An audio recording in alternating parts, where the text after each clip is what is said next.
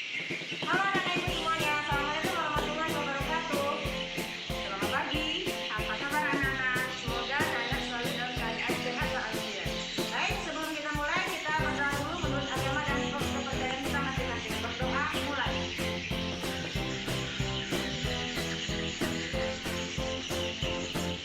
Berdoa selesai. Baik, sekarang masih dalam kondisi pandemi COVID-19 ya. Kita jangan lupa menerapkan 4M. Yang pertama adalah memakai masker. Yang kedua, mencuci tangan dengan air mengalir dengan sabun dan hand sanitizer. Yang ketiga, menjaga jarak. Yang keempat, menghindari kerumunan. Kemudian kita lanjut dengan tepuk PPK ya. Tepuk PPK. Religius, nasionalis, mandiri, gotong royong, integritas. Salam PPK. Yes, yes, yes. Sebelum kita mulai pelajaran, kita menyanyikan dulu salah satu lagu wajib nasional. Ibu kita Kamilu yang merupakan pahlawan wanita Indonesia. Kita Kartini, putri sejati, putri Indonesia, harum namanya. Ibu kita Kartini, pendekar bangsa, pendekar kaumnya untuk merdeka. Wahai ibu kita Kartini, putri yang mulia, sungguh besar cita-citanya bagi Indonesia. Ibu kita Kartini, putri sejati, putri Indonesia, harum namanya. Putri Indonesia, harum namanya. Oke, tujuan pembelajaran kita kali ini itu yang pertama, dengan menonton video, siswa mampu memahami perjuangan para pahlawan pada masa kerajaan Hindu, Buddha, dan Islam. Yang kedua, dengan membaca teks melalui WA Group, siswa mampu menjawab pertanyaan tentang perjuangan satu tokoh. Ketiga, melalui penjelasan melalui WA Group, siswa mampu memilih sikap dari tokoh yang sesuai dengan makna sila keempat dengan tepat. Yang keempat, melalui penjelasan melalui WA Group, siswa mampu menyebutkan sifat-sifat dan sikap-sikap yang sesuai dan tidak sesuai dengan makna sila keempat dengan benar. Bangsa yang besar adalah bangsa yang menghargai jasa pahlawannya. Sesuai dengan tema pembelajaran kita yang tema 5 ini adalah pahlawanku, subtema perjuangan para pahlawan, pembelajaran pertama. Pada masa kerajaan Hindu, Buddha, Islam, kita memiliki banyak tokoh-tokoh yang berperan besar terhadap masyarakat. Dan para tokoh-tokoh ini memimpin suatu kerajaan. Di dalam kepemimpinannya, mereka juga memiliki sikap kepemimpinan dan kepahlawanan yang patut untuk kita tiru. Umumnya, kerajaan-kerajaan tersebut memiliki peninggalan berupa candi, arca, ataupun tempat ibadah. Yang pertama, Raja Mulawarman, yaitu tokoh dari Kerajaan Kutai, raja pemeluk agama Hindu yang terkenal baik budi. Raja Mulawarman menyedekahkan 20.000 ekor sapi kepada kaum Brahmana. Peninggalan dari kerajaan Raja Mulawarman adalah Yupa. Sikap kepahlawanannya, yang pertama, raja yang adil dan bijaksana. Yang kedua, taat menjalankan ajaran agama serta mencintai rakyatnya. Dan yang ketiga, dermawan, karena beliau pernah menyedekahkan emas, tanah, dan ternak untuk rakyatnya. Yang kedua tokohnya adalah Raja Kertanegara, merupakan tokoh dari Kerajaan Singasari. Raja pemeluk agama Hindu yang berhasil menaklukkan seluruh wilayah Nusantara. Peninggalannya berupa Candi Singasari. Sikap kepahlawanannya, yang pertama pantang menyerah dalam menyatukan Nusantara. Yang kedua, berani dan tegas menolak untuk tunduk kepada bangsa Mongol. Selanjutnya Raja Bala Putra Dewa. Raja Bala Putra Dewa, Raja Kerajaan Sriwijaya. Kerajaan Sriwijaya terletak di dekat Selat Malaka.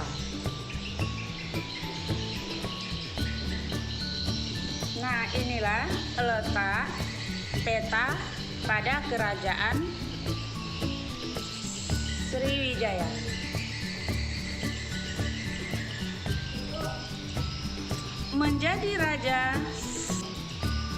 Menjadi raja sekitar tahun 850 Masehi. Ya, pertama, Candi Muara Takus. Perjuangan apa yang telah dilakukan oleh Sultan Iskandar Muda? Yang pertama, memperluas wilayah Aceh sampai ke semenanjung Malaysia. Yang kedua, Aceh mengalami masa kejayaan karena menjadi pusat perdagangan atau pengembangan ajaran Islam. Yang ketiga, gigih, pemberani, rela berkorban. Perjuangan apa yang telah dilakukan oleh Sultan Hasanuddin? 1. Sultan Hasanuddin sangat gagah berani dalam melawan VOC. 2. Beliau berani mengorbankan seluruh hidup, kesenangan, serta kemewahannya untuk membela kehormatan bangsa dan negaranya. 3. Beliau membela kehormatan negara dan mempertahankan setiap jengkal tanah airnya dengan tetesan air darah. 3. Gigih, pemberani, rela berkorban.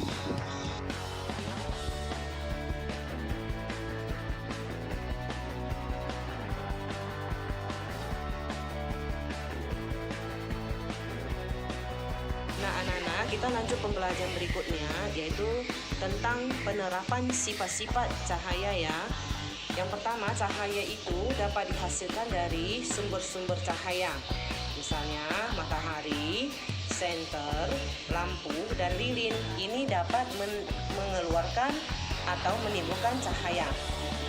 Cahaya berguna untuk membantu manusia melihat benda-benda sekitar, membedakan warna, dan melakukan kegiatan sehari-hari.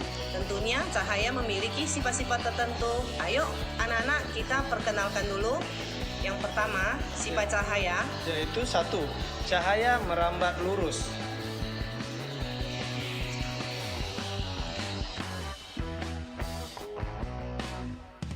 Nah, oke, pada percobaan kali ini bisa kita lihat yaitu 3 buah karton yang memiliki lubang yang sejajar.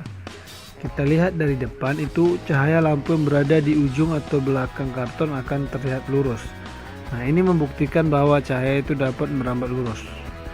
Jika salah satu kotak kita geser sedikit ke samping, nah itu cahaya di ujung sudah tidak bisa kelihatan. Karena itu bentuk kotaknya sudah membengkok atau membelok. Itu membuktikan bahwa cahaya tidak dapat dilihat dalam keadaan tidak lurus. sekarang Ibu akan memberikan praktikum atau eksperimen tentang cahaya dapat menembus benda bening ya, seperti ini gelas kaca, ini bending ya. Jadi kita letakkan di depan, ini papan, jadi ini senter, akan Ibu senterkan ke gelas ini. Nah, kalian lihat di sini terang ya. Jadi cahaya ini bisa menembus kaca atau benda bening yang ada di depan senter ini. Nah ya, kalian lihat ya. Nah, sekarang Ibu ganti. Coba ini keramik ya, ini gelas keramik ya, ini bukan kaca, keramik. Dan akan Ibu senterkan, kalian lihat di belakang ini ya, gelap ya. Ini ya, dia gelap, dia tidak bisa menembus ya. Di papan ini kalian lihat dia tampaknya gelap. Coba ibu sekali lagi dengan gelas yang ini bening. Nah, walaupun ibu dekatkan, dia tetap di sini menimbulkan cahaya. Di sini ada tampak cahayanya. Tapi kalau gelas ini dia sama sekali gelap, ya, belakangnya ini gelap, ya. Jadi cahaya ini tidak bisa menembus benda ini karena benda ini tidak bening. Ya, sekarang coba ibu dengan yang lain, dengan tempat tisu. Nah, tempat tisu juga sama, ya. Dia tidak bisa menembus, ya, karena ini bukan benda bening. Nah, sekarang ini ada kaca, plastik ya, plastik putih. Nah, kalian lihat, walaupun ibu dekatkan dia, tetap menembus cahaya yang ada pada plastik ini. Nah, kalian lihat ya, cahaya ini di sini terang ininya, ya, sampai di sini.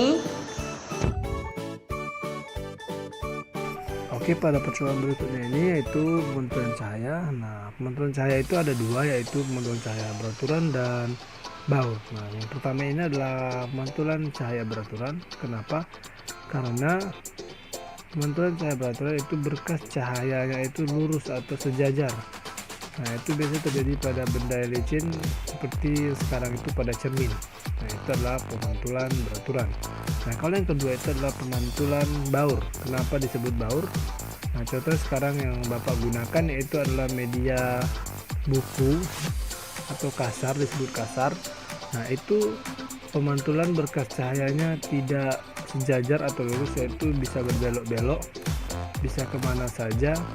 Nah, pada benda itu juga bisa memantulkan cahaya tetapi tidak beraturan, yaitu baur. Itu bisa terjadi pada air, kertas, aspal, dan lain-lain.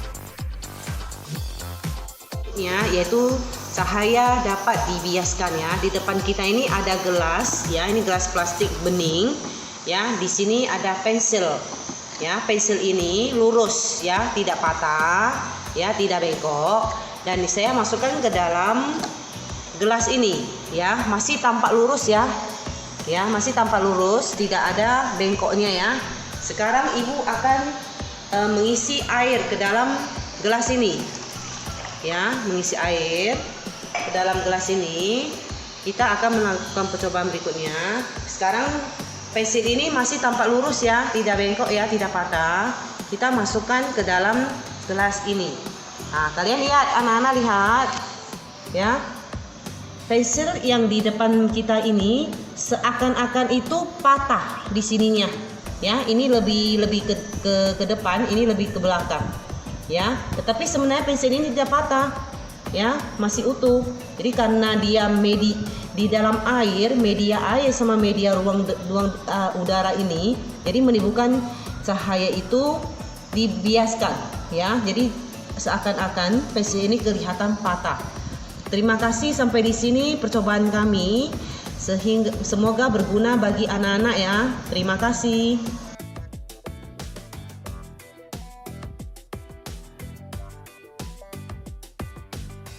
Nah, kamu sudah belajar tentang perjuangan Raja Punawarman. Apakah sikap Raja Punawarman mencerminkan nilai-nilai Pancasila? Ayo kita pelajari lebih lanjut. Nah, anak-anak masih ingatkah bunyi sila keempat? Bunyi sila keempat yaitu kerakyatan yang dipimpin oleh hikmah kebijaksanaan dalam permusyawaratan atau perwakilan. Makna dari sila keempat ini adalah mendahulukan kepentingan dan tujuan bersama, cinta permusyawaratan dan demokrasi, serta bijak menyelesaikan dalam masalah. Lambang dari sila keempat adalah kepala banteng.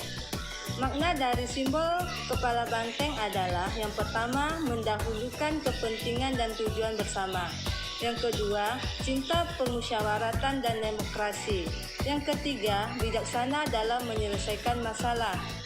Hubungan makna sila keempat dengan simbolnya adalah lambang kepala banteng ini dijadikan sebagai dasar pada sila keempat Pancasila yang berbunyi kerakyatan yang dipimpin oleh hikmat kebijaksanaan dalam permusyawaratan atau perwakilan. Banteng ini merupakan binatang yang suka berkumpul, sama seperti manusia dalam pengambilan keputusan harus dilakukan secara musyawarah. Salah satunya adalah dengan berkumpul dan diskusi. Sikap dalam kehidupan sehari-hari yang sesuai dengan sila keempat Pancasila adalah yang pertama, selalu mengutamakan musyawarah untuk mencapai mufakat dalam menyelesaikan permasalahan. Terus yang kedua, menghargai musyawarah. Yang ketiga, kita tidak boleh memaksakan kehendak kita kepada orang lain. Yang keempat, menghormati dan menghargai pendapat orang lain. Yang kelima, berhati besar untuk menerima keputusan apapun yang dihasilkan oleh orang lain. Dan yang keenam, bekerjasama untuk mempertanggungjawabkan keputusan tersebut. Nah, sekian pembelajaran kita untuk hari ini. Silakan kerjakan LKS yang akan Ibu berikan.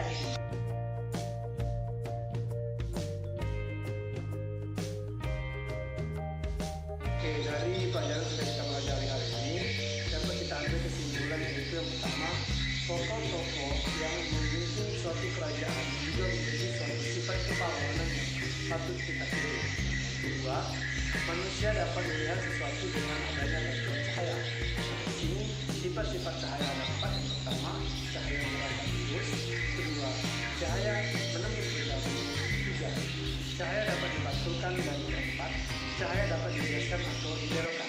Tiga, sebelum mengambil suatu keputusan untuk kepentingan orang banyak, sebaiknya kita melakukan musyawarah terlebih dahulu. Baik anak-anak sekalian, sampai di sini pelajaran kita hari ini ya. Ingat, meskipun kita masih dalam kondisi COVID-19, nah kita masih harus tetap belajar, masih tetap semangat belajar. Nah, belajar itu bisa di mana saja, di rumah ataupun dimanapun. Yang penting kita punya niat untuk menjadi lebih baik. Dan satu lagi yang terakhir, tetap ikuti aturan protokol kesehatan. Oke, semangat belajarnya di rumah. Sebelum kita mengakhiri, kita menyanyikan lagu Garuda Pancasila. Oke.